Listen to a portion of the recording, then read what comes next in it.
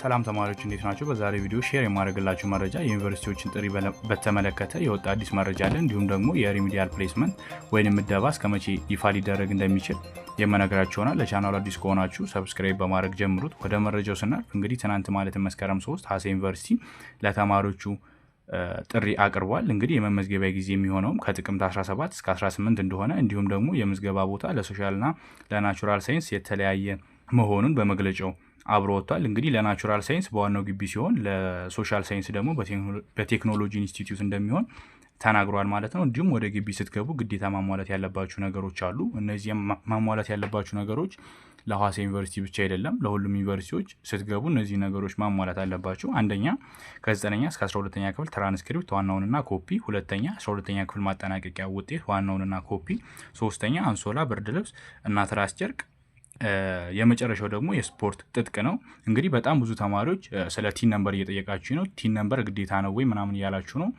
እንግዲህ ሐዋሳ ዩኒቨርሲቲ መግለጫ እንዳየ ነው ቲን ነምበር ይዛችሁን የሚል ነገር የለም።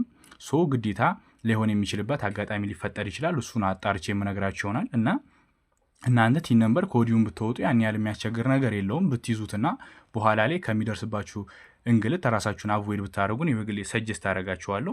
እንግዲህ ሌሎች ዩኒቨርሲቲዎችም ከጥቅምት 17 እስከ 20 ባለው የቀን ሬንጅ ውስጥ ጥሪ ያቀርባሉ ብዬ አስባለሁ። እንግዲህ ወደ ሌላኛው መረጃ ስናልፍ ደግሞ የሪሚዲያል ፕሌስመንት ወይም ምደባ እስከመቼ እናውቃለን የሚለው ነው። እንግዲህ ያምነውና ከዛ በፊት ያለውን ስንመለከት ሪሚዲያል ምደባ የሚታወቀው ፍሬሽማን ተማሪዎች ዩኒቨርሲቲ ከገቡ በኋላ ወይንም ዩኒቨርሲቲ ገብተው ክላስ ከጀመሩ በኋላ ነው። ሶ በዚህ ዓመትም የተለየ ነገር ይኖራል ብዬ አላስብም እና እንደምታውቁት እስካሁን ድረስ ሪሚዲያል የፍሬሽማን ተማሪዎች ዩኒቨርሲቲ አልገቡም። ሶ በጣም ፈጥኖ የጠራው ዩኒቨርሲቲው ሐዋሳ ዩኒቨርሲቲ ነው። ሐዋሳ ዩኒቨርሲቲም ከጥቅምት 17 እስከ 18 ነው ብሏል። ሶ እናንተም ሪሚዲያል ተማሪዎች ማለት ነው ፕሌስመንት ልታውቁ የምችሉት ከዚያ በኋላ ነው።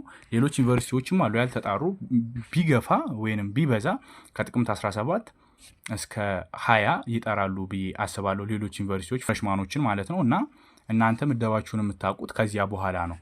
ሚኒመም በጣም ቀረበ ከተባለ ከጥቅምት 20 እስከ 25 ባለው ጊዜ ውስጥ ታውቃላችሁ ብዬ አስባለሁ። ነገር ግን የተለየ ዜና ካለ በፍጥነት የማጋራችሁ ይሆናል። የዛሬው መረጃ ይህን ይመስል ነበር። በቀጣይ ቪዲዮ እስከምንገናኝ ይመቻችሁ።